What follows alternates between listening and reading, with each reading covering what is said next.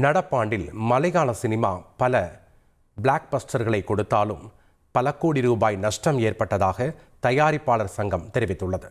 மலையாளத்தில் வெளியான பிரேமலு, பிரம்மயுகம், மஞ்சுமல் பாய்ஸ், ஆடு ஜீவிதம், தலைவன், உள்ளொழுக்கு, கிஷ்கிந்தா காண்டம், ஆவேசம் போன்ற படங்கள் நல்ல வரவேற்பை பெற்றதோடு வசூலையும் குவித்தன.